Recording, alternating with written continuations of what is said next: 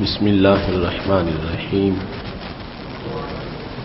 رب اشرح لی صدری ویسر لی امری واحلل عقدۃ من لسانی یفقہوا قولی.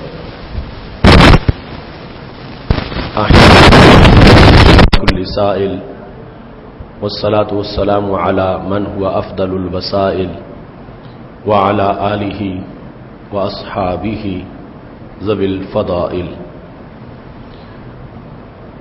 اما بعد فاعوذ باللہ من الشیطان الرجیم.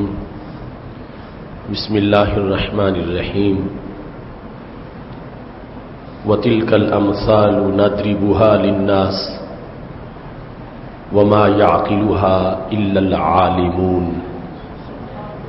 صدق اللہ العظیم وصدق رسولہ النبی الکریم الامین. ان اللہ وملائکتہ یصلون علی النبی یا ایھا الذین آمنوا صلوا علیہ وسلموا تسلیما.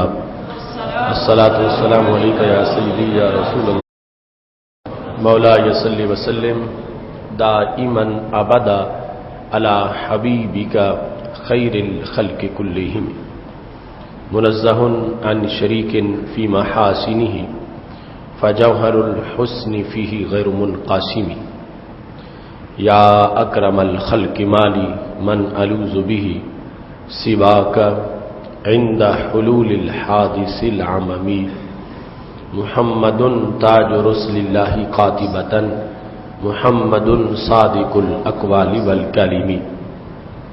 محمد ذکرہ روح لانفسنا محمد شکرہ فرد علی الامم. ربی صلی وسلم دائما ابدا علی حبیبک خیر الخلق کلہم.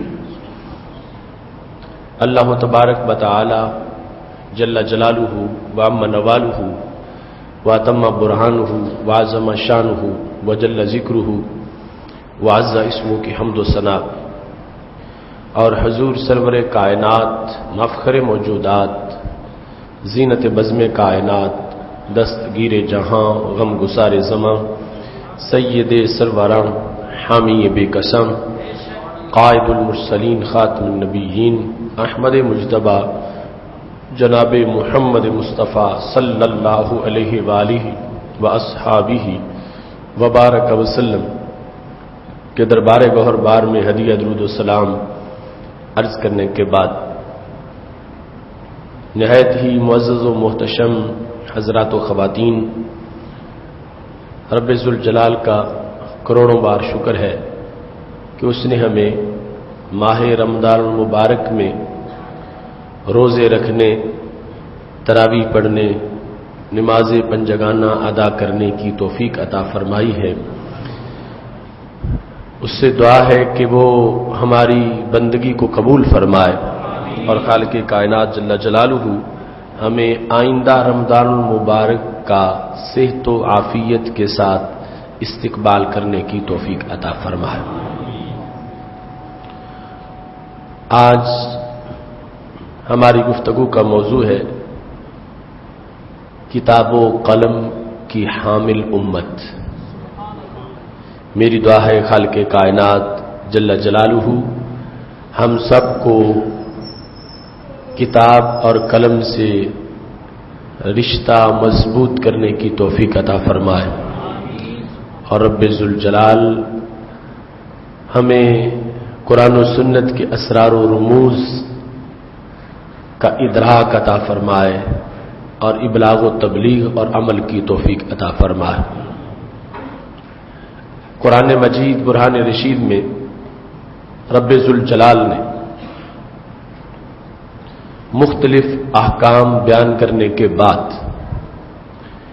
یہ ارشاد فرمایا ہے وَتِلْكَ الْأَمْثَالُ نَضْرِبُهَا لِلنَّاسِ. یہ وہ مثالیں ہیں جو ہم لوگوں کے لیے بیان کرتے ہیں. وَمَا يَعْقِلُهَا إِلَّا الْعَالِمُونَ. ان کی سمجھ صرف علم والوں کو آتی ہے. وَمَا يَعْقِلُهَا إِلَّا الْعَالِمُونَ. عالم کی جمع جاننے والے لوگ. تو اس مقام سے یہ پتہ چلتا ہے کہ قرآن مجید برہان رشید سے پوری طرح استفادہ کے لیے علم کی ضرورت. اگرچہ وہ قرآن اتنا نوازتا ہے کہ ایک انسان اس کو کھول کے دیکھ لے جہاں پہ قرآن لکھا تو وہیں سے انسان کی آنکھیں ٹھنڈی ہوتی ہیں اور دیکھنے کو بھی بندگی قرار دیا گیا. قرطبی میں یہ حدیث شریف موجود ہے کہ رسول اللہ صلی اللہ علیہ وسلم نے ارشاد فرمایا تھا آتو آیونکم حظھا من العبادہ، تم صحابہ اپنی آنکھوں کو عبادت کا حصہ دیا کرو، آنکھوں سے بھی بندگی کیا کرو.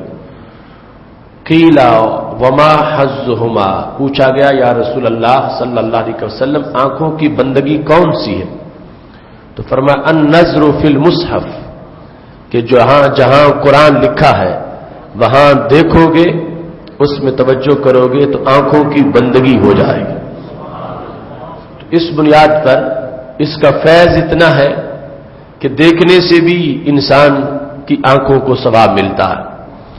اور پھر جس وقت پڑھتا ہے، ناظرہ پڑھتا ہے یا حفظ کرتا ہے، اس کے اندر انسان کو عظمتیں ملتی ہیں.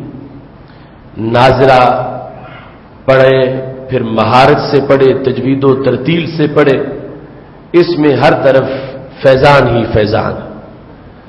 سید عالم نور مجسم شفیع معظم صلی اللہ علیہ وسلم نے فرمایا الماہر بالقرآن مسافرت الکرام البررہ، جو قرآن سے کا ماہر ہو جائے اس کو تو فرشتوں کے ساتھ سیٹیں ملیں گی، اور وہ فرشتے جو سردار فرشتے.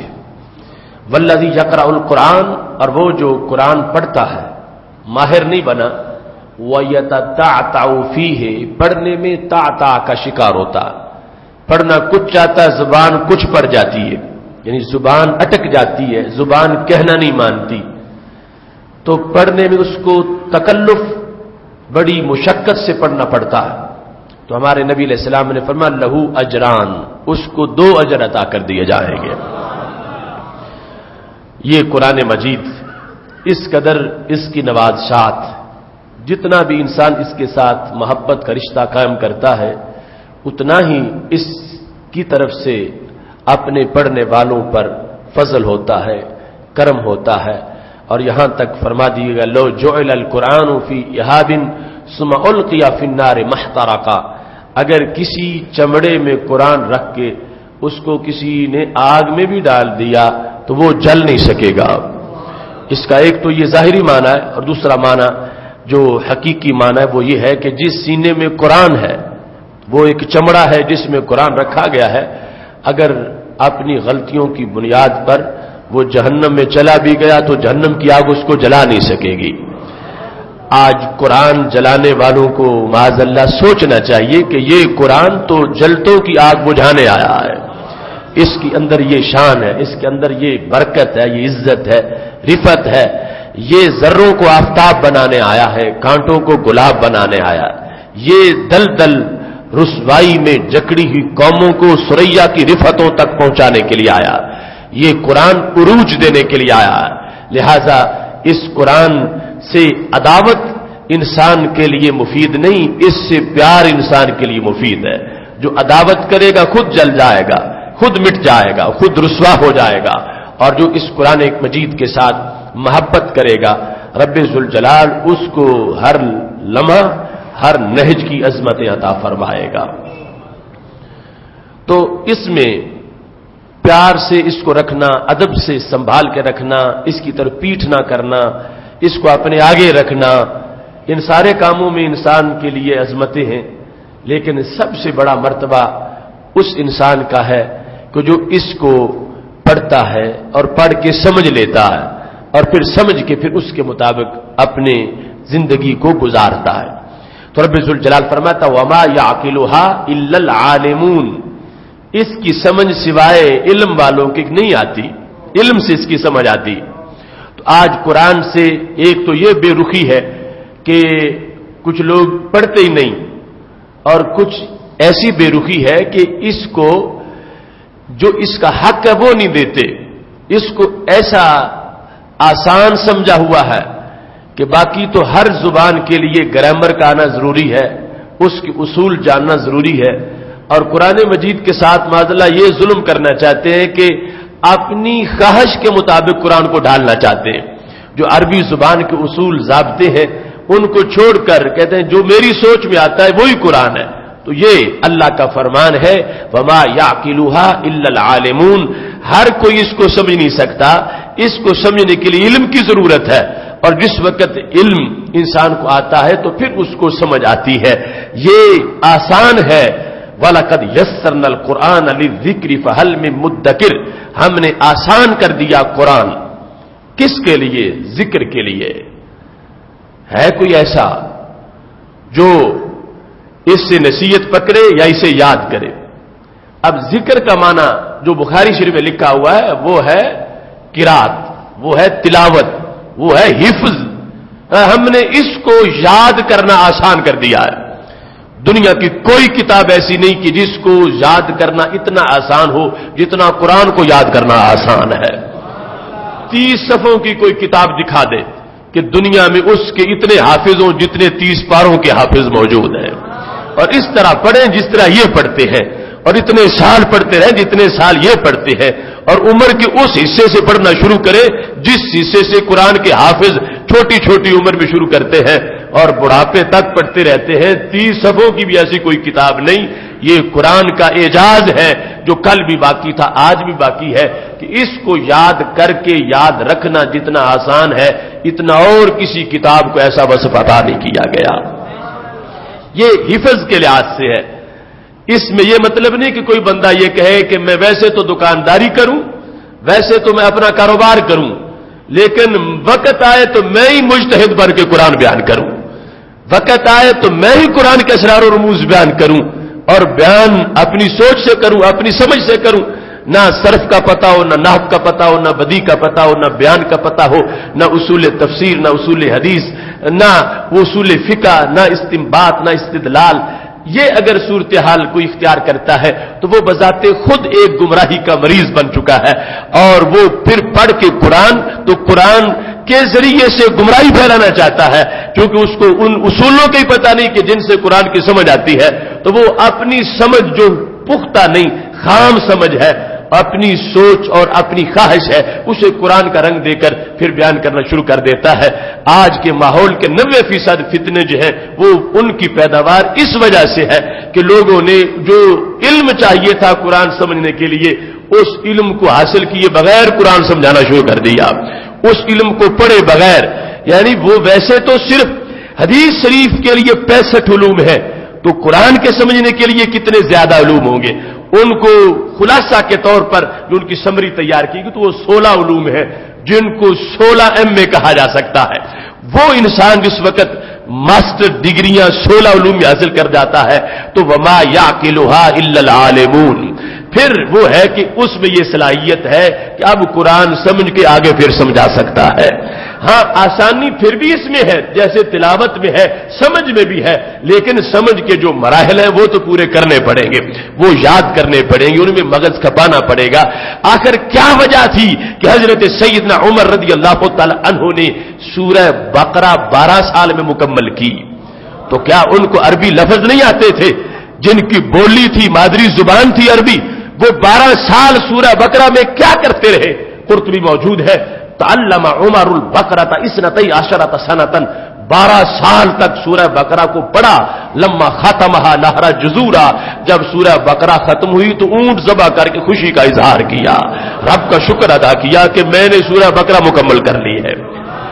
کون وہ عمر جن کے بارے میں ہمارے نبی علیہ السلام نے فرمایا تھا ہر امت میں کوئی نہ کوئی محدث ہوتا ہے۔ ایک تو محدث ہوتا ہے حدیث بیان کرنے والا، ایک محدث ہوتا ہے ملہم جس کو الہام کیا جائے۔ ترا میری امت میں سب سے بڑا صاحب الہام عمر فاروق ہے۔ یعنی اتنی ذہانت ہے، اتنی پختہ سوچ ہے، اتنی فراست مومنانہ ہے، اتنا باطن روشن ہے اس کے باوجود 12 سال سورہ بقرہ میں تدبر کرتے رہے تو پتا چلا کہ یہ قرآن ایک سمندر ہے، اور اس کے لیے پھر جو خود اہل زبان ہے ان کو اتنی محنت کرنا پڑتی ہے، تو ہم جیسے جو اجمی ہیں ہمارے لیے کتنی زیادہ محنت کی ضرورت ہے۔ اس امر کے پیش نظر اللہ تعالیٰ کا یہ حکم سامنے رکھیے، وَمَا يَعْقِلُهَا إِلَّا الْعَالِمُونَ، اس کی سمجھ نہیں آتی مگر عالموں کو، علم والوں کو۔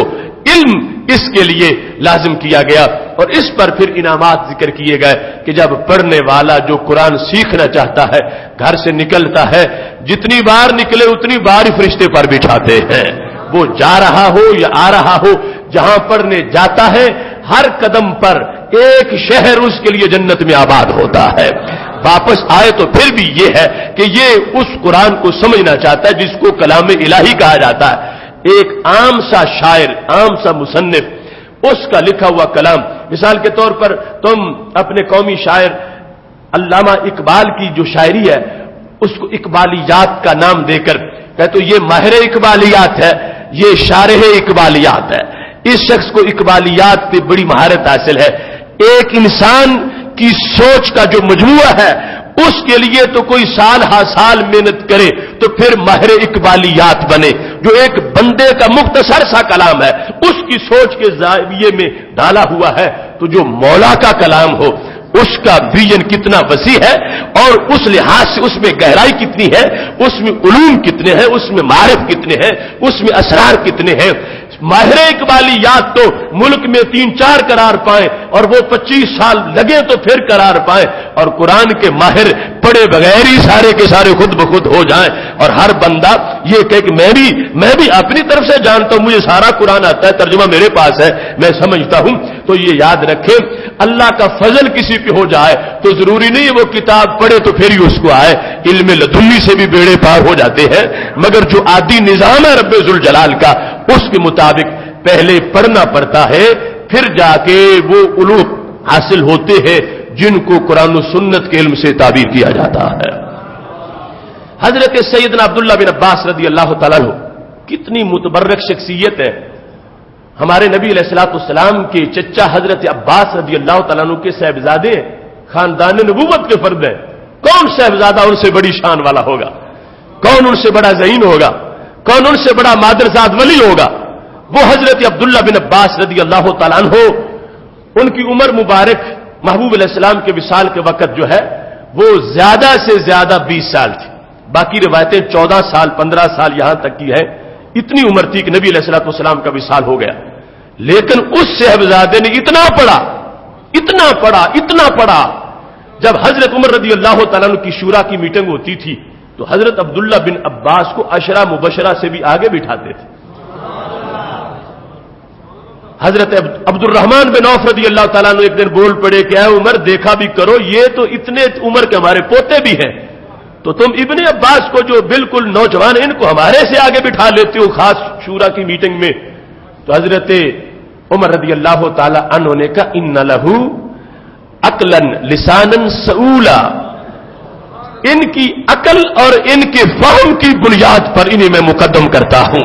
اور پھر جو نبی علیہ السلام کے ساتھ ان کی نسبت ہے اس کے بعد انہوں نے کہا چلو اب پتہ چل جاتا ہے، اذا جاء نصر اللہ والفتح، اس کا شان نزول جب پوچھا کہا سارے بتاؤ اس کا شان نزول کیا ہے، کسی نے کچھ کہا کسی نے کچھ کہا ابن عباس تم بھی بتاؤ کیا ہے، تو انہوں نے کہا اس میں ہمارے نبی علیہ السلام کے وصال کا ذکر موجود ہے کہ اب دین میں فوجیں داخل ہو گئیں، محبوب لمحہ وصال آ پہنچا ہے۔ تو حضرت عمر نے کہا دیکھو یہ وجہ تھی کہ میں نے ان کو آگے بٹھایا ہے۔ یہ حضرت عبداللہ بن عباس رضی اللہ تعالیٰ عنہ اب وَلَقَدْ يَسَّرْنَا الْقُرْآنَ لِلذِّكْرِ والی آیتوں نے بھی آتی تھی، اور پھر خود سرکار کی مجلس میں بیٹھے آسمانی ہدایت کے ستارے، لیکن اس کے باوجود کہتے میں نے اپنے ایک دوست سے کہا کہ دین پڑھنا ہے، تو دوست کئی طرح کے ہوتے ہیں جو اپنے ساتھ ماحول میں رہنے والے عجیب عجیب باتیں بھی کر دیتے ہیں۔ تو حضرت عبداللہ بن عباس سے دوست نے کہا ابن عباس تمہیں غلط فہمی ہو گئی اپنے بارے میں کہ کل تمہیں بھی کہ اپنا لیڈر سمجھے گا، اتنے بڑے بڑے صحابہ موجود ہیں ان کے ہوتے ہوئے تم سے مسئلہ کون پوچھے گا، تم چاہتے ہو کہ میں پڑھ جاؤں, لوگ مجھ سے پوچھیں اور میرا فتویٰ چلے گا, لوگ میری طرف آئیں گے, تیری طرف کوئی نہیں آئے گا. ابو بکر موجود ہے, عمر موجود ہے, عثمان موجود ہے, علی موجود ہے رضی اللہ تعالیٰ عنہم, طلحہ و زبیر ہے, معاذ بن جبل ہے, ابی بن کعب ہے, زید بن ثابت ہے رضی اللہ تعالیٰ عنہم. ابن عباس تمہارے پاس کون آئے گا؟ تو اس دوست نے حوصلہ شکنی کی, تو کہنے لگے, میں نے کہا چلو تو گھر بیٹھ, میں تو پڑھتا ہوں. تو حضرت عبداللہ بن عباس نے پڑھنا شروع کیا. آج چھوٹے سے پیر کا چھوٹا سا صاحبزادہ, چھوٹے سے مولوی کا چھوٹا سا بچہ, اس کے لیے رکاوٹ ہے دین پڑھنے میں کہ میں کسی کو کیوں اپنا استاد مانوں, کل مجھے اس کا ادب کرنا پڑے گا, اور میں چل کے کیوں کسی کے پاس جاؤں, کوئی گھر آ کے مجھے پڑھائے تو پھر میں پڑھ لیتا ہوں. حضرت عبداللہ بن عباس رضی اللہ تعالیٰ عنہ کہتے ہیں, میں نے گھر بیٹھ کے نہیں پڑھا, میں نے اپنے اساتذہ کو ڈھونڈ ڈھونڈ کے دروازوں پہ جا کے بیٹھ کے پڑھا, اور اتنا ادب تھا. کہتے ہیں میں جس استاذ کے پاس گیا ہوں, میں نے نہ تو پہلے خادم بھیجا ہے کہ جاؤ بتاؤ ابن عباس پڑھنے آ رہے ہیں, نہ میں نے جا کے دروازے پہ دستک دے کے بتایا ہے کہ میں آ گیا ہوں, آپ باہر آ جائیں. کہتے ہیں میرے نزدیک ان کے سینوں کا اتنا ادب تھا کہ وہ جس حالت میں ہے میں ان کو تکلیف نہیں دوں گا, خود باہر آئیں گے تو پھر میں پڑھوں گا. کہتے ہیں کنت اتوسد علی باب دارہ, میں حضرت زید بن ثابت کے دروازے پہ پڑھنے گیا, میں حضرت معاذ بن جبل کے دروازے پہ پڑھنے گیا, میں حضرت ابی بن کعب رضی اللہ تعالیٰ عنہ کے دروازے پہ پڑھنے گیا. تو میں نے جا کے یہ نہیں کہا کہ اے ابی بن کعب تمہارے نبی علیہ السلام کے خاندان کا صاحبزادہ آ گیا ہے, ذرا باہر آ کے پڑھاؤ. کہتے میں نے اطلاع نہیں بھیجی, میں بیٹھا, میں نے انتظار کیا, اگر زیادہ وقت گزرا تو چادر بچھا کے میں لیٹ گیا. کنت اتوسد علی باب دارہ, دروازے کے سامنے چادر بچھا کے میں لیٹا ہوں. عرب کی زمین تھی, ریت صحرا کی, ہوا چلتی تھی, میری داڑھی ریت سے بھر جاتی تھی, میں لیٹا ہوا انتظار کر رہا ہوں وہ سینہ کہ جس میں میرے نبی علیہ السلام کی حدیث موجود ہے. راتیں جس وقت استاذ باہر آتے, حضرت معاذ بن جبل, حضرت ابی بن کعب, تو کہتے ہل ارسلت الینا ابن عباس, تم نے تو پیغام بھیجنا تھا, ہم گھر جا کے پڑھاتے, تم آ کے دروازے پہ بیٹھے ہو اور پھر تم نے بتایا بھی نہیں کہ تم آئے ہوئے ہو.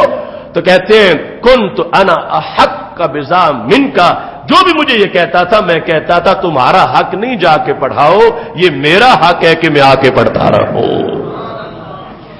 اس طرح کر کے حضرت عبداللہ بن عباس رضی اللہ تعالیٰ عنہ نے پڑھا. اب کیا فضیلت ہے خاندانی, کیا مرتبہ اونچا ہے, اس کے باوجود جا کے پڑھا. کہہ سکتے تھے سب کچھ ہمارے گھر ہی تو اترا ہے, سب کچھ ہمارا ہی ہے, تو میں کیوں کسی کے پاس جاؤں. دوست نے کہا تجھ سے کوئی نہیں پوچھے گا. کہا میں تو جس شوق کے لیے پڑھنا چاہتا ہوں وہ شوق دین کا علم. بڑے لوگوں کو زیادہ ٹائم ملا, مجھے تھوڑا سا ٹائم ملا محبوب علیہ السلام کی صحبت میں, لیکن جنہیں ملا تھا وہ میرے سامنے موجود ہیں, تو میں ان کے ذریعے سے نور اکٹھا کرنا چاہتا ہوں. اس شوق کے پیش نظر گئے ہیں, پڑھا ہے, نتیجہ پھر کیا نکلا.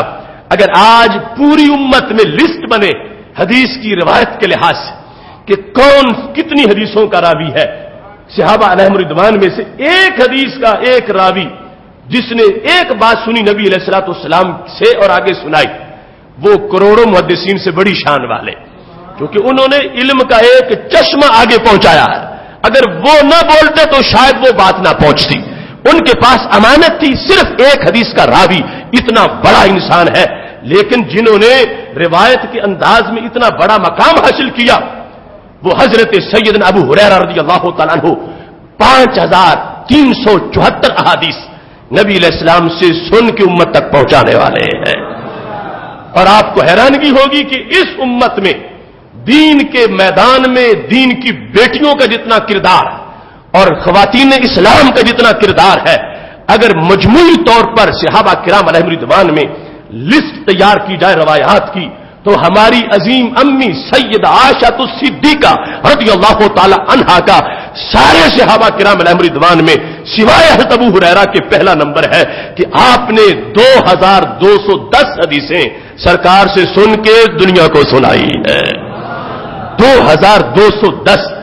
حضرت ابو ہریرہ کے بعد ان کا نام ہے, اور ان کے بعد حضرت عبداللہ بن عباس رضی اللہ تعالی عنہ ہے جنہوں نے 1660 حدیثیں محبوب سے سن کے آگے امت تک پہنچائی ہے. 1660 حدیثیں. اب یہ چھوٹی عمر تھی مگر شوق بڑا تھا. پہنچے ہیں صحابہ کے دروازے پر. روایت حدیث میں چھوٹی عمر کے باوجود مقام کتنا پا لیا ہے. باقی سب کی مرویات ان تینوں کے بعد ہیں. اور اس میں بھی حضرت صدیق اکبر کی صدیقہ بیٹی کا مقام کتنا اونچا ہے. صحابہ میں طبقات ہیں. روات اور درایت کے لحاظ سے روایت اور درایت میں حضرت ابو ہریرہ رضی اللہ تعالیٰ عنہ کی شان جو ہے وہ روایت حدیث میں بہت بڑی ہے، مگر وہ مجتہد صحابہ میں شمار نہیں ہوتے. لیکن حضرت عائشہ صدیقہ رضی اللہ تعالی عنہا کی انفرادیت یہ ہے کہ انہیں مجتہد صحابہ میں بھی شمار کیا جاتا ہے. اور پھر راویوں کی روایت کے لحاظ سے روایت حدیث میں بھی ان کا اتنا اونچا مقام ہے. اگر روایت اور درایت کے لحاظ سے پہلا نمبر دین پھیلانے میں اور دین پڑھانے میں اگر دیکھا جائے گا تو حضرت صدیق اکبر کی بیٹی کا پہلا نمبر نظر آئے گا. حضرت عائشہ صدیقہ رضی اللہ تعالی عنہا کا اتنا بڑا مقام ہے. آج دختران اسلام یہ کہہ سکتی ہے اس دین کو پھیلانے میں جتنا ہمارا کردار اسلام میں خواتین کا ہے اس کو کبھی نظر انداز نہیں کیا جا سکتا. اس واسطے کہ 2210 حدیثیں محبوب علیہ الصلوۃ والسلام کی امت میں کروڑوں اربوں انسانوں تک پہنچی ہے. وہ ان کا ایک فرمان بھی جو آگے پہنچائے وہ کروڑوں محدثین سے بھاری ہے. تو حضرت عائشہ صدیقہ ام المومنین رضی اللہ تعالی عنہا وہ عالمہ محدثہ فقیہہ مفسرہ مجتہدہ ہے کہ جنہوں نے 2210 حدیثیں محبوب علیہ الصلوۃ والسلام کی امانت امت تک پہنچائی ہے اور آگے ان سے مسائل اخذ کر کے صحابہ کی مشکلوں کو حل فرمایا ہے. حضرت عبداللہ بن عباس رضی اللہ تعالیٰ عنہ سال تھوڑے سے ملے ان کو، اور کیسا، چونکہ پہلے تو تھے ہی مکہ شریف میں اور بعد میں مدینہ شریف پہنچے. بعد میں پھر وقت تھوڑا سا ملا لیکن شوق کتنا زیادہ تھا کہ ابھی صحابہ سارے موجود ہیں تو میں ان سے جا کے پڑھوں ایک ایک کر کے. یعنی کسی سے 4 پڑھی، کسی سے 10 پڑھی، کسی سے 100 پڑھی. ان کی مرویات کچھ صحابہ کا انداز یہ بھی ہے، یعنی اس سے فضیلت کا فیصلہ نہ کرنا کہ اب خلفائے راشدین پیچھے رہ گئے، حضرت صدیق اکبر پیچھے رہ گئے، حضرت علی رضی اللہ تعالیٰ عنہ پیچھے رہ گئے، کیونکہ ان کا ایک اپنا انداز ہے. ان کی شرطیں روایت کی اتنی ہے کہ وہ بہت زیادہ پابندیوں اور بہت زیادہ احتیاط کے بعد جا کے حدیث روایت کرتے ہیں. ان کا ایک اپنا انداز ہے. لیکن جو دین کی دولت آگے پہنچانے کے لحاظ سے جو ڈیوٹی تھی وہ ڈیوٹی پوری کرتے ہوئے اب ابن عباس جو ہے انہوں نے ایک ایک 2-2 4-4 10-10 حدیثیں اکٹھی کر کے کتنا اونچا مرتبہ پا لیا ہے علم کے میدان میں کہ ہے عمر میں چھوٹے لیکن روایت کے لحاظ سے جب پتہ چلا تو عشرہ مبشرہ سے بھی آگے نظر آ رہے ہیں کہ وہ اکیلے 1660 حدیثیں احکام اور معاملات کے بارے میں دین کے مختلف ابواب کے بارے میں روایت کر رہے ہیں. اور یہ واضح کر دیا کہ مجھ سے بڑا کون ہوگا صاحبزادہ اور مجھ سے بڑا کون ہوگا کسی پیر کی اولاد، مجھ سے بڑا کس کا خاندان ہوگا. یہ دین اتنی شان والا ہے کہ مجھ جیسا صاحبزادہ بھی اس دین کی خاطر استادوں کے دروازے پہ جا کے بیٹھتا ہے. اور اتنا ادب تھا، اتنا احترام تھا. ایک موقع پر جب حضرت زید بن ثابت رضی اللہ تعالیٰ عنہ سواری پہ بیٹھنے لگے تو گھوڑی پہ بیٹھنا ہو تو وہ رکاب ہے جس پہ پاؤں رکھ کے بندہ بیٹھتا ہے، تو حضرت عبداللہ بن عباس نے رکاب ہاتھ میں پکڑ لی تاکہ میرے استاد قدم رکھے اور سواری پہ سوار ہو جائے. خاندان نبوت کا فرد ایک عام انسان کے لیے بظاہر جو خاندان نبوت کا نہیں لیکن صحابی ہے، سرکار کی حدیث ان کے سینے میں ہے، شان ان کی بڑی ہے. اس بڑے صاحبزادے نے جب وہ رکاب ہاتھ میں پکڑی تو حضرت زید بن ثابت بول پڑے، ابن عباس ایسا نہ کرو، ایسا نہ کرو، میرے لیے تم ایسا نہ کرو، آپ ادب کی جگہ ہے، آپ عزت کا مقام ہے. تو کہنے لگے ابن عباس ہاکذا امرنا ان نفعل بعلماء امتنا، میں خود نہیں کر رہا، یہ میرے نبی علیہ السلام کی طرف سے ڈیوٹی ہے کہ جس سے پڑھا ہے اس کا ادب بھی یوں ہی کرنا ہے کہ جو علماء ہیں دین کے ان کے لیے تم نے ادب کرنا ہے. یہ میں اس خاندان نبوت کا فرد ہو کے میں تو شریعت کی ڈیوٹی کے مطابق میں نے رکاب ہاتھ میں پکڑ لی کہ تم اتنے بڑے عالم ہو تو اگرچہ سید نہیں ہو لیکن یہ شریعت مجھے کہتی ہے کہ میں تمہارا ایسا ادب کروں. جب انہوں نے رکاب ہاتھ میں پکڑا ہے سواری پہ اپنے استاد کو بٹھانا چاہتے ہیں تو حضرت زید بن ثابت نے ہاتھ چوما عبداللہ بن عباس کا، فرمایا اب تم بھی محسوس نہ کرنا، ہاکذا امرنا ان نفعل بآل رسولنا، ہمیں بھی یہ حکم دیا گیا ہے کہ جو ہمارے نبی علیہ السلام کی آل ہے اس کا ایسے ہی ادب کرنا ہے.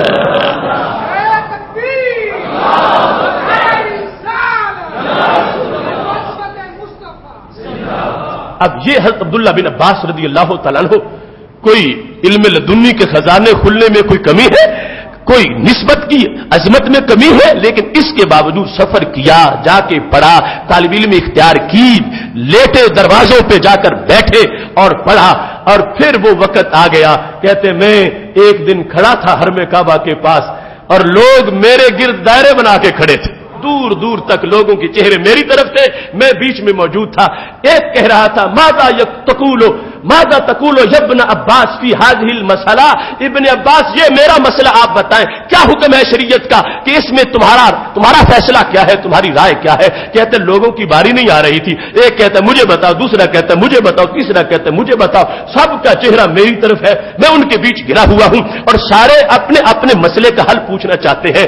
میں نے دیکھا تو کونے میں وہ کھڑا دوست بھی مجھے نظر آ گیا، جس کو میں نے کہا تھا چلو پڑھتے ہیں، تو وہ کہہ رہا تھا ابن عباس تجھ سے کون پوچھے گا، وہ بڑے بڑے صحابہ موجود ہیں، ان کے ہوتے ہوئے تمہاری تو باری نہیں آئے گی۔ لیکن کہنے لگے اسے اپنی بات پہ ندامت ہو رہی تھی، وہ کونے میں کھڑا بیٹھ رہا تھا کہ جنہوں نے چاہا تھا کہ میں بھی ان کا کلاس فیلو بنوں، مگر میں نہیں چلا، آج میری طرف ایک بھی نہیں تکتا، ان کی طرف پورا زمانہ تک رہا ہے، اور وہ وقت آ گیا ہے، کچھ صحابہ کا وصال ہو گیا ہے، اب ان کی طرف نگاہیں لوگوں کی اٹھتی ہے اور ان سے مسئلہ پوچھا جا رہا ہے۔ تو اس بنیاد پر وہ مقام علم کے لحاظ سے ملا حضرت عبداللہ بن عباس رضی اللہ تعالیٰ عنہ کو، پڑھنے میں مزید عظمت میسر آئی، مزید کمال ملا، اور یہ واضح کیا اس علم میں عظمت ہے، اس کے لیے سفر کرنا ہوتا ہے، یہ عزت اس علم کی ہے، اس کے لیے جانا ہوتا ہے۔ اور پھر جا کر جس وقت انہوں نے اتنا پڑھا، پتہ ہے ان کو وَلَقَدْ يَسَّرْنَا الْقُرْآنَ لِلذِّكْرِ فَهَلْ مِن مُدَّكِرٍ، لیکن اس کے باوجود محنت کر کے بتا رہے ہیں کہ اس قرآن کا حق ہے کہ اس کے لیے جگر پگھلایا جائے۔ حضرت عبداللہ بن عباس کا کمال یہ تھا، اب عربی گرامر وسیع گرامر ہے، دنیا کی کوئی زبان اس کا مقابلہ نہیں کر سکتی، ایک ایک چیز کے 5-5 ہزار نام ہیں، 10-10 ہزار نام ہیں، اتنے مترادفات، ایک ایک چیز کے، تلوار کے نام دیکھو، گھوڑے کے نام دیکھو، اتنے وسیع ذخیرہ ہے۔ حضرت عبداللہ بن عباس کا کمال یہ ہے کہ اس وقت کا جو عربی ادب تھا اور پہلا جو جاہلی ادب تھا، اتنی مہارت تھی ابن عباس کو کہ جب کسی آیت کا معنی پوچھا جاتا تھا، فرماتے تھے جب قرآن اترا تھا اس وقت عرب بولیوں میں فلاں شاعر نے یہ لفظ اپنے شعر میں یوں استعمال کیا تھا، فلاں شاعر نے یہ لفظ اپنے شعر میں یوں استعمال کیا تھا، فلاں اس وقت کا جاہلیت کے زمانے کا جو خطیب تھا اس کے فلاں تقریر کے اندر یہ لفظ یوں بولا گیا، تو جب قرآن اتر رہا تھا اس وقت عربی زبان میں اس کا یہ معنی تھا، لہذا اب تعین کرنے میں کوئی مشکل نہیں ہوگی، جس بولی میں قرآن اترا ہے ابن عباس کو وہ سارے شعر بھی یاد ہے، سارا ادب بھی یاد ہے اور سارا اسلوب یاد ہے، اور پھر جا کر اس کو بیان کرتے ہیں صحابہ کی صحبت میں بیٹھ کر، اور یہ بتاتے ہیں کہ یہ ظلم ہوگا قرآن پہ کہ کوئی کھول کے اپنی سوچ سامنے رکھ کے قرآن کو ادھر ڈھالتا جائے، لیکن جس اسلوب میں اترا ان علوم کو پیش نظر رکھ کے جو سمجھے گا تو پھر بیان کرے گا تو اس کو ہدایت قرآن سے تعبیر کیا جائے گا۔ قرآن مجید برہان رشید کے علم اور اس ملت میں جو علمی تحریک ہے اس کے لحاظ سے اب دیکھیں کتنا وسیع سلسلہ موجود ہے، عورتیں مرد سب نے مل کر اس دین کو جو سنبھالا دیا۔ ایک مقام تھا امام قاسم بن محمد جن کو فقہائے مدینہ میں شمار کیا جاتا ہے، 7 فقہائے مدینہ، ان میں یہ امام قاسم بن محمد بھی ہیں، اور ان میں ہر فقیہ بڑا چوٹی کا فقیہ ہے۔ پھر مکہ شریف، کوفہ، بصرہ علم کے جو مراکز ہیں، ان سے امام زہری نے جو خود بہت بڑے امام ہیں، امام قاسم کہتے ہیں میں نے ان کو دیکھا کہ وہ علم میں بڑے حریص ہیں، جہاں سے کچھ ملتا ہے جا کے لیتے ہیں، تو کہنے لگے اے ابن شہاب اگر تم پڑھنا چاہتے ہو تو میں تمہیں ایک استاذ کا ذکر بتاؤں، ان کے پاس جاؤ تمہاری ساری پیاس بجھ جائے گی۔ تو نام کس کا لیا تھا؟ نام حضرت امرا کا لیا تھا، امرا بنت عبد الرحمن بن سعد بن زرارہ، حضرت سعد بن زرارہ جو صحابی رسول صلی اللہ علیہ وسلم ان کی پوتی حضرت امرا بنت عبد الرحمن بن سعد بن زرارہ، کہا تم امرا بنت عبد الرحمن کے پاس جا کے پڑھو، یعنی عورتوں کا اتنا اونچا مرتبہ، اتنی تحقیق، اتنا زہد، اتنا تقوی، اتنی بڑی محدثہ مفسرہ امرہ بنت عبد الرحمن کا تعارف کرواتے ہوئے کہا وہ عام خاتون نہیں، فرمایا وہ تمہاری امی عائشہ صدیقہ کی شاگرد ہے۔ فَإِنَّهَا وِعَاءُ الْعِلْمِ، وہ تو علم کا برتن ہے، تم ان کے پاس جاؤ تمہیں پتہ چلے گا علم کیا ہوتا ہے۔ اب دیکھیں اسلام کی بیٹیوں نے جو دھاک بٹھائی علم کی اور علم کے لحاظ سے جو مقام حاصل ہوا، ابن شہاب کہتے ہیں میں امرہ بنت عبد الرحمن کے پاس چلا گیا، میں نے جا کے پڑھا تو پڑھنے کے بعد مجھے کیا مشاہدہ ہوا، میں نے کیا سمجھا، نتیجہ کیا نکلا، ان کے یہ لفظ موجود ہے مختلف کتابوں کے اندر، کہنے لگے انہا بحر لا ینزف، امرہ بنت عبد الرحمن اس سمندر کو کہا جاتا ہے جس کا کوئی کنارہ نظر نہیں آتا۔ یعنی یہ صحابہ سے علم جب آگے بڑھا ہے تابعین کی طرف اور آگے یہ سلسلے چلے ہیں، تو یعنی یہ صحابہ کے شاگرد، صحابیات کے شاگرد، یہ گھر بیٹھی پردے میں خواتین کا علمی مقام کہ کتنا علم ہے۔ ابن شہاب زہری جیسے امام کہتے ہیں میں نے امرہ بنت عبد الرحمن کے پاس جو شاگردی اختیار کی، کیا اونچا ان کا مقام علم ہے، میں نے کسی مسئلہ میں آخری حد نہیں پائی ان کی کہ اب جا کے دلیلیں رک گئی ہو۔ وہ بولتی تھی تو قرآن پڑھتی جاتی تھی، حدیث پڑھتی جاتی تھی، کبھی کسی مسئلے میں میں نے ان کو الجھے ہوئے نہیں دیکھا کہ آگے جواب کوئی نہ آتا ہو۔ میں تو یہ کہتا ہوں وہ ایسا علم کا سمندر ہے کہ جس سمندر کا کوئی کنارہ نظر نہیں آتا۔ اور یہ سلسلہ آگے بدستور چلتا رہا۔ کریمہ بنت احمد ایک ایسی محدثہ ہے، 463 ہجری میں ان کا وصال ہے، یعنی صحابہ کے بعد کتنی صدیاں گزر چکی ہیں۔ کریمہ بنت احمد، ان کا اعزاز یہ ہے کہ وہ خود بخاری شریف پڑھاتی تھیں اور ان کے پاس پڑھنے والوں میں خطیب بغدادی جیسے لوگ تھے۔ یعنی آپ نے شاید کوئی علم حدیث کے اصول کی کتابوں سے واقف ہو، علم حدیث کے اصول کی کتابیں 65 شعبات پر ہیں، یعنی 65 مختلف علوم ہیں حدیث سمجھنے کے لیے، اور ان میں ہر علم کے اندر پھر آگے سینکڑوں جلدوں پر کتابیں ہیں۔ علوم حدیث میں خطیب بغدادی کا بہت بڑا مقام ہے۔ نام تو ہے خطیب بغدادی، لوگ سمجھتے ہیں شاید خطیب جس طرح آج لفظ ہے کہا جاتا ہے فلاں عالم ہے لیکن فلاں خطیب ہے، یعنی خطیب کو ان پڑھ کے معنی میں شمار کیا جائے، وہ صرف خطیب ہے، لیکن اس وقت خطیب علم کا نام تھا۔ یعنی خطیب بغدادی کی آپ عربی کی کتابیں دیکھیں، اتنی علم کے خزانے، ان کی تاریخ بغداد، ان کی حدیث میں ناسخ و منسوخ پر راویوں کی بحث، سند کی بحث، متن کی بحث، یعنی 20 جلد کی کتابیں، وہ بہت بڑے محدث خطیب بغدادی، اگر ان کا علمی مقام دیکھتے ہوئے دیکھا جائے کہ یہ پڑھ کے کہاں سے نکلے ہیں تو پتہ چلے گا یہ کریمہ بنت احمد کے شاگرد ہے۔ کریمہ بنت احمد ایک خاتون، 1 صدی عمر، شادی نہیں کی، ساری زندگی دین پڑھایا ہے اور ساری زندگی حدیث پڑھائی ہے، ساری زندگی بخاری کا درس دیا ہے۔ اب یہ ہے اس سردار امت کا کارنامہ اور اس سردار امت کا کام کہ اس کے رجال تو رجال رہ گئے، اس کی بیٹیوں نے وہ کمال ادا کیا ہے کہ پہلی امتوں میں کوئی مرد بھی اس پائے کا نظر نہیں آتا کہ دین کو اتنا حاصل کیا آگے پھر پھیلایا۔ اب بڑے بڑے مورخین کے انساب کے امام سمانی جیسے جن کی نسب پر کتابیں معتبر، جن کی تاریخ پر کتابیں معتبر، ان اماموں کی استاد کریمہ بنت احمد ہے کہ جنہوں نے دین پڑھا ہے، دین پڑھایا ہے، اس کے پھیلانے میں کردار ادا کیا ہے اور یہ واضح کیا ہے کہ اس دین کے لیے وقت دینا ہوگا، جگر پگلانا ہوگا، اور جو بھی اس کو ٹائم دیتا ہے دین متین کی خدمت میں وقت نکالتا ہے، رب ذوالجلال نے اس کے لیے کتنا بڑا مرتبہ، کتنا بڑا مقام رکھا ہے۔ امام مسروق تابعی ہے اور ان کا بہت بڑا مقام ہے، ان کے تبصرے، ان کے علم کے سفر وہ بھی اپنی جگہ ایک مقام رکھتے ہیں۔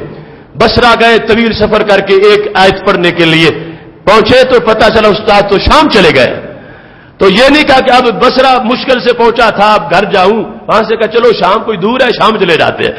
اب بصرہ سے شام پہنچے، وہاں جا کے ایک آیت کا ترجمہ تو آتا ہے پہلے، لیکن اس کا شان نزول، اس کے مفاہیم جس وقت پڑھے ہیں تو خدا کا شکر ادا کیا کہ مجھے ایک آیت کا علم آ گیا ہے۔ بڑی بڑی لطافتیں کتب حدیث میں ایک راوی کا تذکرہ یوں آتا ہے، چونکہ راویوں کی نسبتوں پر باقاعدہ کتابیں ہیں، کسی کو مکی کہا جاتا ہے، کسی کو مدنی کہا جاتا ہے، کسی کو کوفی، کسی کو بصری، تو پھر اس کے اسباب ہے، اس کو بصری کیوں کہا جاتا ہے، اس کو کوفی کیوں کہا جاتا ہے، اس کو مکی کیوں کہا جاتا ہے، یہ باقاعدہ ان کے تعارف پر کہ پھر اس کے استاد کون ہے، اس کے شاگرد کون ہے، اس کی کس سے ملاقات ہوئی، کس سے نہیں ہوئی، یہ جو کہتا ہے کہ فلاں نے یہ کہا، تو کیا سن ولادت کے لحاظ سے گنجائش بنتی ہے کہ اس کی ملاقات اس سے ہو؟ یہ ساری باتیں ان کے بعد جا کے پھر راوی کے بارے میں فیصلے ہوتے ہیں، تو تعارف میں پھر ان کی نسبتیں لکھی جاتی ہیں۔ اب ایک راوی کا ذکر ہے حدثنی فلان، اس کے بعد کیا ہے؟ المکی ثم المدنی ثم الکوفی ثم البصری ثم الشامی ثم المصری۔ اب ایک بندے کی یہ ساری نسبتیں ہیں، فلاں مکی نے بتایا جو پہلے مکی تھا، پھر مدنی بنا، پھر کوفی بنا، پھر بصری بنا، پھر شامی بنا، پھر مصری بنا۔ آخر سبب کیا ہے اتنی چیزیں؟ تو محدثین کہتے ہیں بات یہ ہے کہ پہلے پڑھا مکہ شریف میں، پڑھایا بھی مکہ شریف میں، زندگی میں بہت نور پھیلایا تو مکی قرار پائے، پھر چلے گا مدینہ شریف، مدینہ شریف پڑھا، پھر مدینہ شریف پڑھایا، بہت سال گزرے، پھر وہاں سے سب محدثین سے حاصل کرنے کے بعد پھر کوفہ میں چلے گا، یعنی کوفہ وہ علم کا مرکز جس کو قبۃ الاسلام کہا جاتا تھا، وہ بے وفاؤں کا طبقہ علیحدہ ہے، وہ حضرت امام حسین رضی اللہ تعالی عنہ سے دشمنی کرنے والا اور قیامت تک نفرتوں حقارتوں کا حوالہ بننے والا طبقہ اور ہے، لیکن یاد رکھنا کوفہ وہ جگہ ہے کہ جہاں 70 بدری صحابہ ہجرت کر کے، یعنی مکہ شریف مدینہ شریف سے جب پھر دین لے کے نکلے ہیں تو 70 بدری صحابہ نے جس جگہ کو اپنے لیے چنا ہے وہ جگہ کوفہ ہے۔ ایک سے ابھی بھی جہاں چلے جائے دین پڑھانے کے لیے وہ کتنا مقام ہوگا اس کو جگہ کا کہ وہاں سے ابھی آ گئے۔ تمہارے شہروں میں ایک مفتی آ جائے، ایک پڑھا ہوا آ جائے، کہ تو فلاں پڑھا ہوا میرے شہر میں آ گیا، تو کوفہ میں 70 عام صحابہ نہیں 70 بدری صحابہ پہنچے۔ کوفہ میں 300 بیت رضوان والے پہنچے ہیں، 300 اصحاب بیت رضوان وہ کوفہ میں جا کے رہے ہیں۔ تو کوفہ میں علم کا مرکز، کوفہ میں روایت، کوفہ میں درایت، کوفہ میں حدیث بھی، کوفہ میں فقاہت بھی، یہ سارا سلسلہ ہوتا رہا۔ اب یہ چلے گا کوفہ میں ثم الکوفی کہلائے، کوفہ سے فارغ ہوئے بصرے چلے گئے، کئی سال وہاں گزارے بصری کہلائے، وہاں سے چلے شام پہنچے تو شامی کہلائے، شام کے بعد مصر پہنچے، کئی سال وہاں پڑھا پڑھایا تو مصری کہلائے۔ آج دنیا کوئی ٹھیکے کرتی ہے، کوئی کاروبار کرتی ہے، کبھی کسی ملک کبھی کسی ملک، کروڑوں سلام ہو انسانوں کو جنہوں نے دنیا کے چکر صرف دین کے لیے لگائے ہیں، نہ اپنا گھر دیکھا، نہ باہر دیکھا، نہ اولاد، نہ یہ کہ کہاں مصروفیت ہے، کہاں رشتہ دار ہے، کہتے جہاں علم ہے وہیں ڈیرا لگا لیا ہے۔ اب نسبتیں بدلتی رہی، کبھی مکی، کبھی مدنی، کبھی کوفی، کبھی بصری، اور کبھی شامی، کبھی مصری، یہ سارا سلسلہ جاری رہا۔ اور باعث پیچھے کیا تھا، ان کے پیچھے حکمت پیچھے کیا تھی، انداز پیچھے کیا تھا، کس بنیاد پر یہ سلسلے سارے بدلتے رہے؟ وہ تڑپ تھی دین کی، وہ دین کی خدمت کا سارا سلسلہ تھا جس کی بنیاد پر اتنا ایک شوق ہے، عشق ہے کہ جہاں کسی ایک حدیث کا بھی پتہ چلا وہاں چلے گئے ہیں، وہاں جا کے اس کو پڑھا ہے، اس کو سیکھا ہے، وہاں دن گزارے ہیں، وہاں رہے ہیں۔ ہمارے نبی علیہ الصلوۃ والسلام ارشاد فرماتے ہیں کہ جو 40 دن کسی جگہ رہتا ہے وہی کا وہ شمار ہو جاتا ہے۔ وہ آشا کے الفاظ وہاں پہ موجود ہے، آشا قومن 40 یومن، 40 دن رہا جا کے، پڑھا لکھا، اور پھر آگے کئی سال گزر جاتے تھے۔ یہ دین کا علم اور کتاب و سنت اور کتاب اور قلم سے رابطہ ہے اس امت کا کہ جنہوں نے اس انداز میں دین پڑھایا ہے۔ آج 15ویں صدی آ گئی ہے، ابھی تک کوئی ملاوٹ نہیں ہوئی۔ جسے شوق ہو کہ میں وہ لفظ سنوں جو میرے نبی علیہ السلام کی زبان سے نکلے، تو آج بھی ہو بہو چند لفظ نہیں ہزاروں کی تعداد میں وہ حدیثیں موجود ہے۔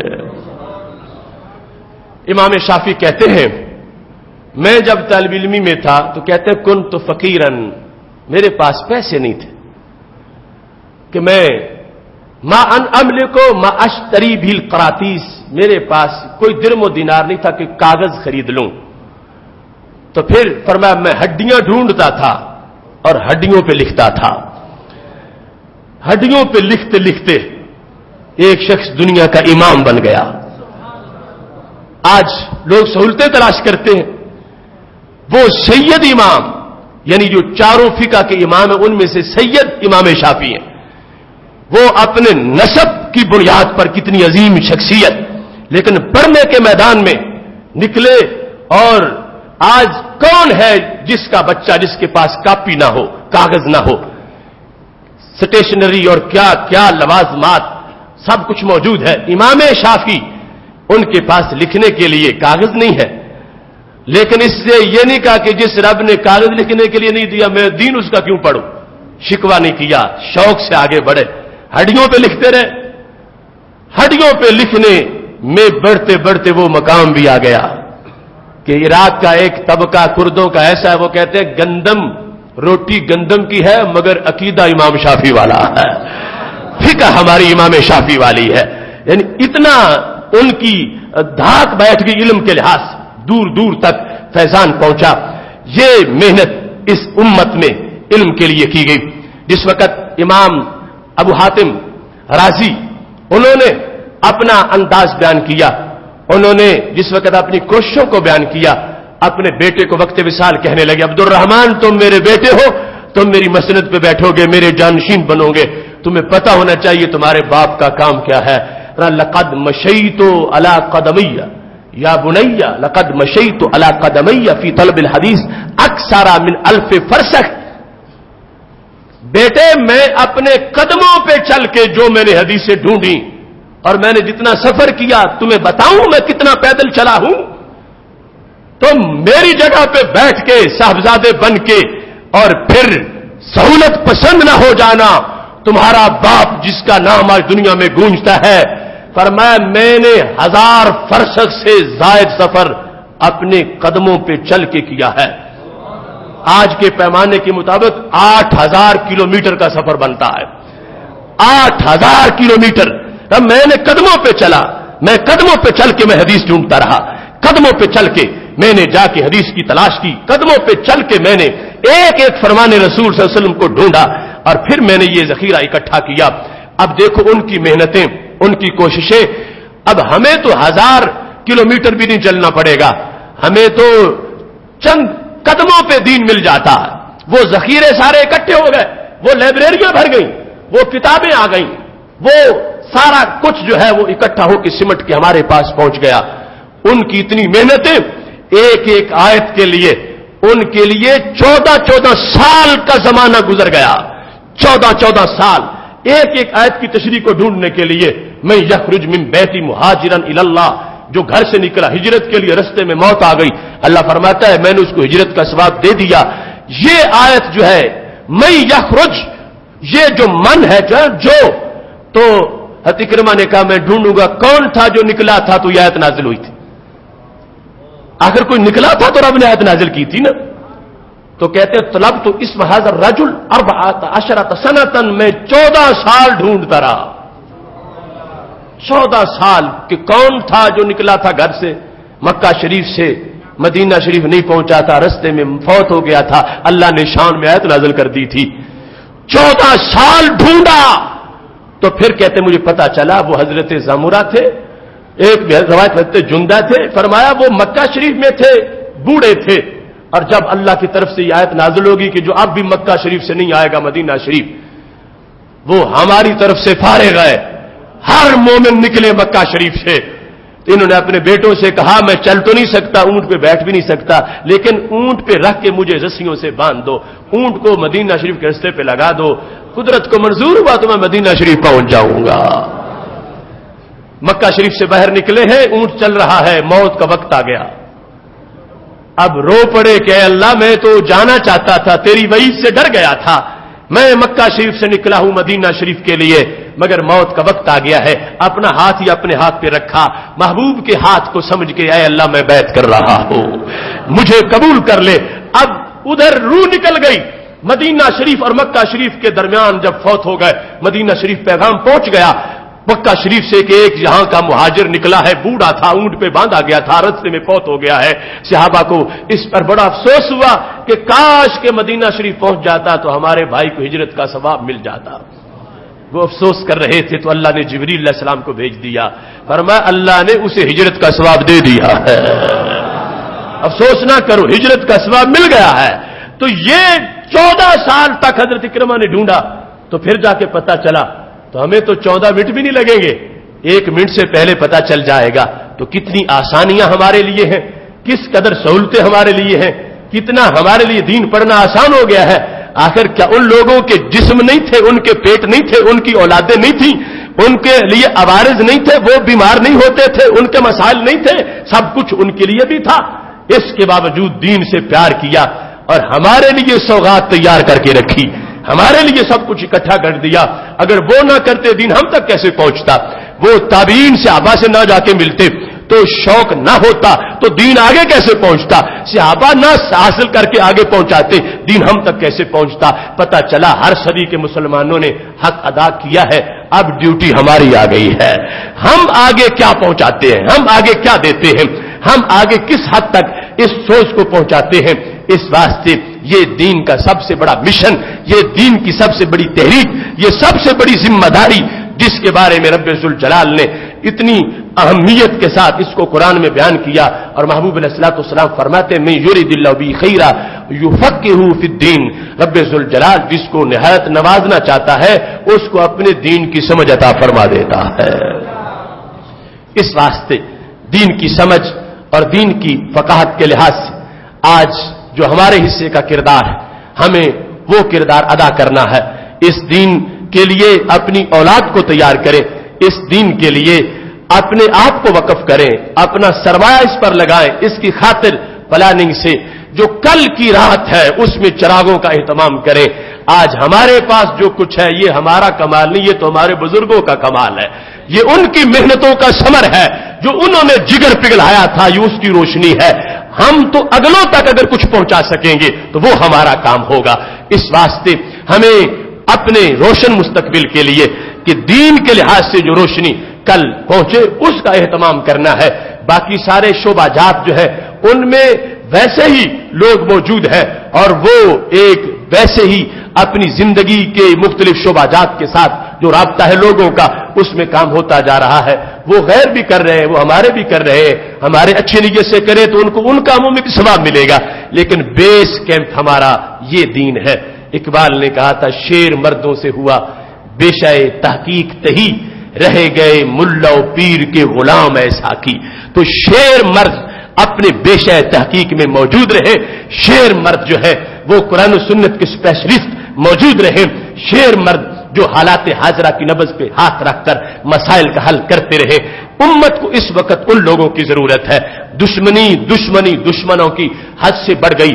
وہ جو چھپ چھپ کے ہمارے خلاف سازشیں کرتے تھے، جو فیشن لانچ کر کے، جو ذلت و رسوائی کے پروگرام مسلم امہ کو دکھا کے، جو ننگی فلموں کو مسلم امہ میں لانچ کر کے اور یعنی فحاشی کے گندے سیلاب سے جو ہمیں معاذ اللہ ہماری اولادوں کو اغوا کرنا چاہتے تھے، اب ان کا اندر کا بغض منہ پر آ گیا ہے اور ان بدبختوں نے قرآن مجید جلانے کے لحاظ سے اپنے خباستوں کا اظہار کرنا شروع کر دیا ہے. اب بھی مومن نہیں جاگے گا تو اس کو کب جاگ آئے گی؟ وہ سمجھتے ہیں کہ قرآن پاور ہے، یہ وہ ہے کہ جو دل دل میں پھنسے ہوئے کو سریا تک پہنچانے والی کتاب ہے، یہ سبق ہے، یہ درس انقلاب ہے، یہ زندگی ہے، تابندگی ہے، چمک ہے، خوشبو ہے، روشنی ہے. وہ اس لیے اس سے اپنی دشمنی کر رہے ہیں. افسوس ہے دشمنی تو دشمنوں نے کرنی ہی تھی، مگر پیار والوں کو پیار بھی یاد نہیں آ رہا کہ ہم نے پیار کیسے کرنا ہے. اگر وہ بدبخت جلانے کا نام لے چکے تو کروڑوں مسلمان جو ہے وہ ہاتھ میں قرآن پکڑ کے یہ اظہار کرے، اے قرآن جلانے والوں تم نہیں جلا سکو گے، یہ تو میرے بچے کے سینے میں موجود ہے، میری اولاد اس کی حافظ، میری نسل میں اس کے قاری، میری اولاد میں اس کے محدث مفسر فقیہ. اس واسطے جواب دو مغرب کے ان ہاتھیوں کو، ان بدبخت سورماؤں کو اپنے عمل کے ساتھ کہ قرآن نہیں مٹ سکتا، یہ میرے چہرے سے نظر آتا ہے، قرآن نہیں مٹ سکتا میرے گلی کے چلنے کے انداز میں نظر آتا ہے، قرآن نہیں مٹ سکتا، اس کو کوئی ختم نہیں کر سکتا، یہ میری اولاد کے سینوں میں موجود ہے. اس واسطے آج اس موقع پر جہاں ہم اس بے غیرت پادری کی مذمت کر رہے ہیں، وہاں اپنے بھائیوں سے یہ درخواست کرتے ہیں کہ ان سے کوئی اچھائی کی تو امید ہو ہی نہیں سکتی. وہ امریکی گٹروں کے کیڑے، ان سے گندگی کا نکلنا، یہ ان کی حیثیت کا اظہار ہے، اور یہ ہمارے ان لوگوں کے منہ پر تماچا ہے جو یہود و حنوج سے دوستیاں کرتے پھر رہے ہیں۔ قرآن نے جا کہا تھا کہ یہ تمہارے دوست کبھی نہیں ہو سکتے، تو وہ دشمن ہیں اور دشمنی ہر انداز میں کرتے ہیں۔ ہمیں اپنی صفوں کا اہتمام کرنا ہے، اپنے لحاظ سے اپنی ملت کو بیدار کرنا ہے۔ آج ادارہ صراط مستقیم پاکستان کی طرف سے پورے ملک میں اس واقعے کے خلاف احتجاج پر جمعے کی خطبات کا اہتمام کیا جا رہا ہے۔ میں اسی پیغام قرآن کی وساطت سے آپ تک یہ پیغام پہنچانا چاہتا ہوں کہ قرآن مجید برہان رشید الماریوں میں بند رکھ کے ہم کبھی بھی عزت نہیں پا سکتے، کبھی بھی مرتبہ نہیں پا سکتے۔ اوروں کی ترقی اور ہے، ہماری ترقی اور ہے، ان کا خمیر اور ہے، ہمارا خمیر اور ہے۔ وہ جس مٹی سے بنے ہیں وہ جہنم کا گڑھا ہے، ہم جس سے بنے ہیں وہ ریاض الجنت ہے۔ کیونکہ ہمارے نبی علیہ السلام کا فرمان ہے، حدیث میں ہے کہ جب خمیر تیار ہوتا ہے اور 120 دنوں کا وہ بندے کا مٹیریل جو شکم مادر میں ہوتا ہے، انسان نے جہاں فوت ہونا ہوتا ہے وہاں کی مٹی اس میں داخل کر دی جاتی ہے۔ مشرک، کافر، یہودی، عیسائی، وہ جہنمی طبقہ، ان کی قبر کے بارے میں سرکار نے فرما دیا وہ جہنم کے گڑھوں میں سے گڑھا ہے، ان کے خمیر میں جہنم کی مٹی شامل ہے۔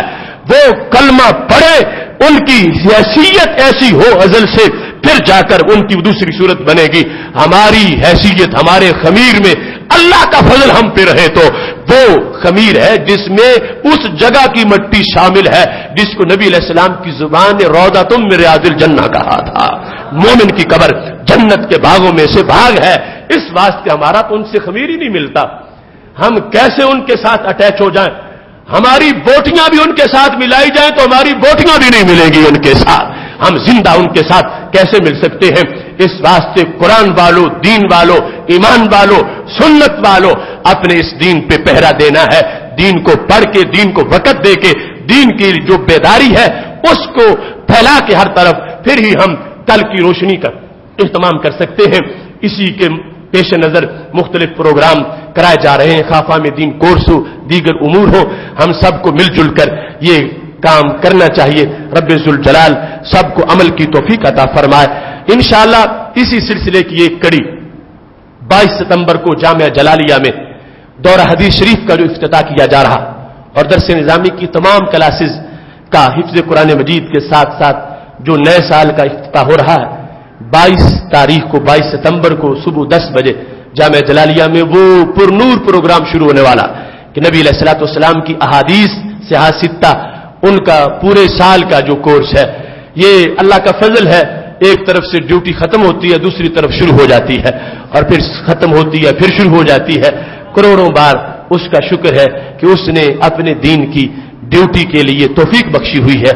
تمام احباب ایسے پروگرام میں بھی شریک ہوں اور اپنی اولادوں کو تیار کریں جو 8-9 سال پڑھیں اور پھر دورہ حدیث پڑھنے کے اہل ہو جائیں، اور دورہ حدیث شریف، اور وہ جو ایک ایک حدیث محدثین نے اکٹھی کیا، ہمارے پاس کتابیں لکھی ہوئی ہیں ساری، ان کی شروع ہے بہت بڑی تفصیل کے ساتھ، اور ایک ایک حدیث پہ گھنٹوں گھنٹوں بحث ہوتی ہے، اس کے اسرار و رموز کو بیان کیا جاتا ہے، لطافت ملتی ہے انسان کو۔ امام محمد بن حسن توسی انہوں نے ایک جملہ بولا تھا، آج بھی ہم جب طالب علموں کو بتاتے ہیں تو لوگوں کی تھکاوٹ اتر جاتی ہے۔ وہ رات کو جب تحقیق کرتے تھے مسائل کی تو دمے سحر تک، یعنی عشاء شروع ہوئے ایک مسئلہ ہے کہ اس کی دلیلیں قرآن سے کیا ہیں، سنت سے کیا ہیں، چلتے چلتے 12 بج جاتے، 1 کا ٹائم ہو جاتا، 2 بج جاتے۔ مسئلہ جب مل جاتا اتنی محنت کے بعد کہ حل ہو گیا ہے، تو ان کی زبان پہ یہ جملہ ہوتا، اینا ابناء الملوک من هذه اللذہ، جو سرور مجھے آیا ہے یہ بادشاہوں کے بیٹوں کو کہاں آئے گا؟ اینا ابناء الملوک من هذه اللذہ، جو لذت اب مجھے آئی ہے، یہ شراب خانے میں جو دھت پڑے ہیں شہزادے، ان کو کیسے آئے گی؟ وہ رسوا ہو گئے، انہوں نے جھوٹی لذتیں حاصل کرنے کے لیے حرام کاریاں کی۔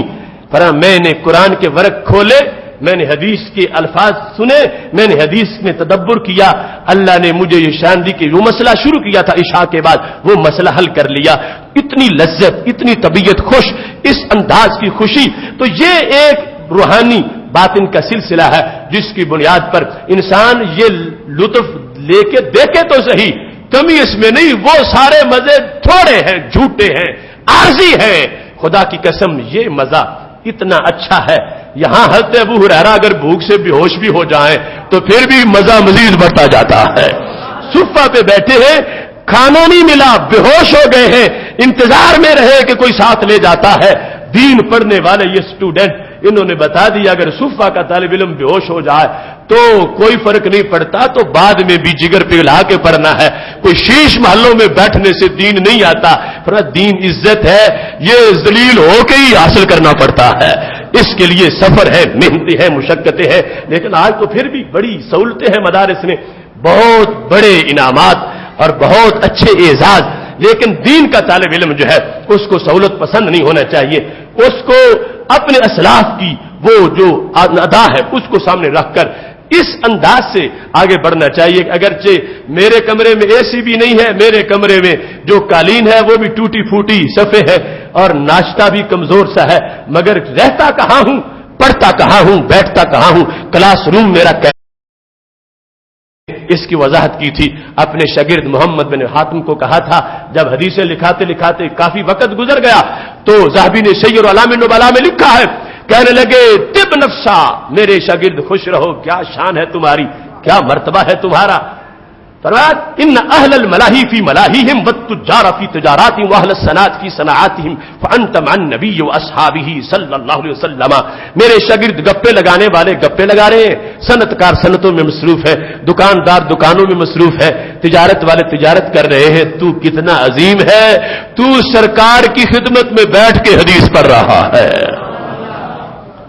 ہزاروں میل دور مدینہ شریف سے، لیکن کہا کیا انتا مان نبی و صحابہ، تو نے میرے پاس نہیں پڑھا، بخاری کے پاس نہیں پڑھا، تو نے تو سید المرسلین حضرت محمد مصطفیٰ صلی اللہ علیہ وسلم کی محفل میں بیٹھ کے پڑھا ہے، تو نے صحابہ کی صحبت میں بیٹھ کے پڑھا ہے۔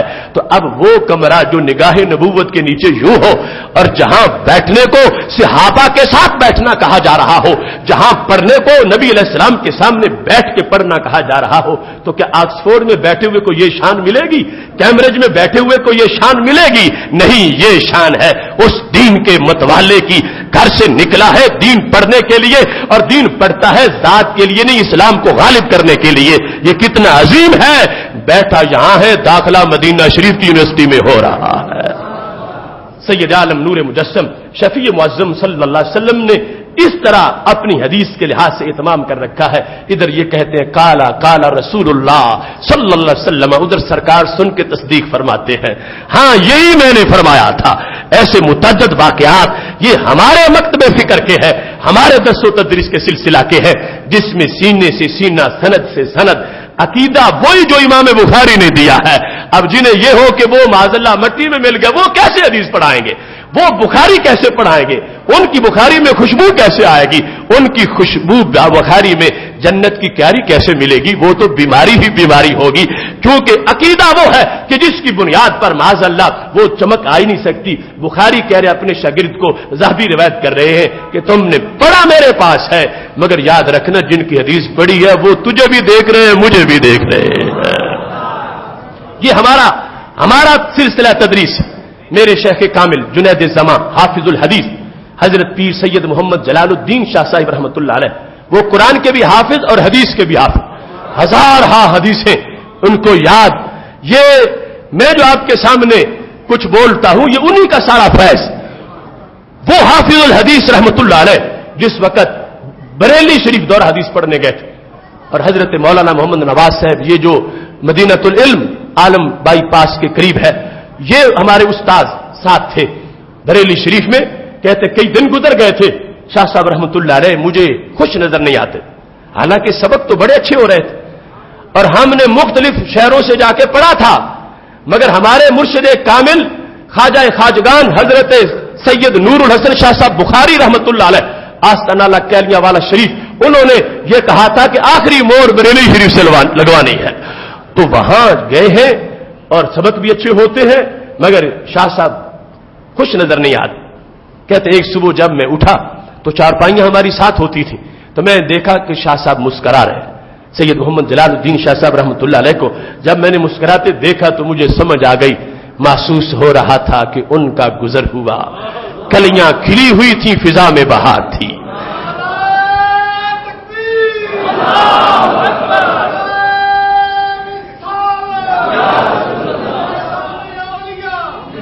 تو کہتا میں نے پوچھا شاہ صاحب آج مسکرا رہے ہو، میں نے اتنے دنوں میں آپ کو مسکراتے نہیں دیکھا. تو کہنے لگے وجہ یہ ہے کہ میں روزانہ حدیث پڑھتا تھا، سبق بہت اچھا ہوتا تھا، استاد سبق کی وضاحت بھی بڑی اچھی کرتے تھے، مگر مجھے یہ فکر تھی کہ ہمارے نبی علیہ السلام کو ہمارا پڑھنا پسند بھی ہے یا نہیں.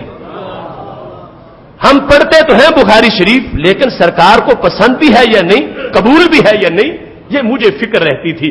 لیکن آج رات یہ مسئلہ بھی حل ہو گیا. میرے نبی علیہ الصلوۃ والسلام تشریف لائے اور کہا جلال الدین تمہارا پڑھنا بھی منظور ہے، تمہارے اساتذہ کا پڑھانا بھی منظور ہے. یہ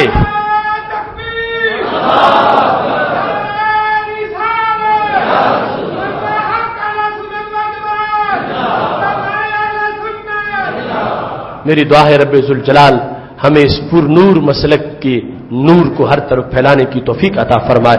وآخر دعوانا الحمد للہ رب العالمین.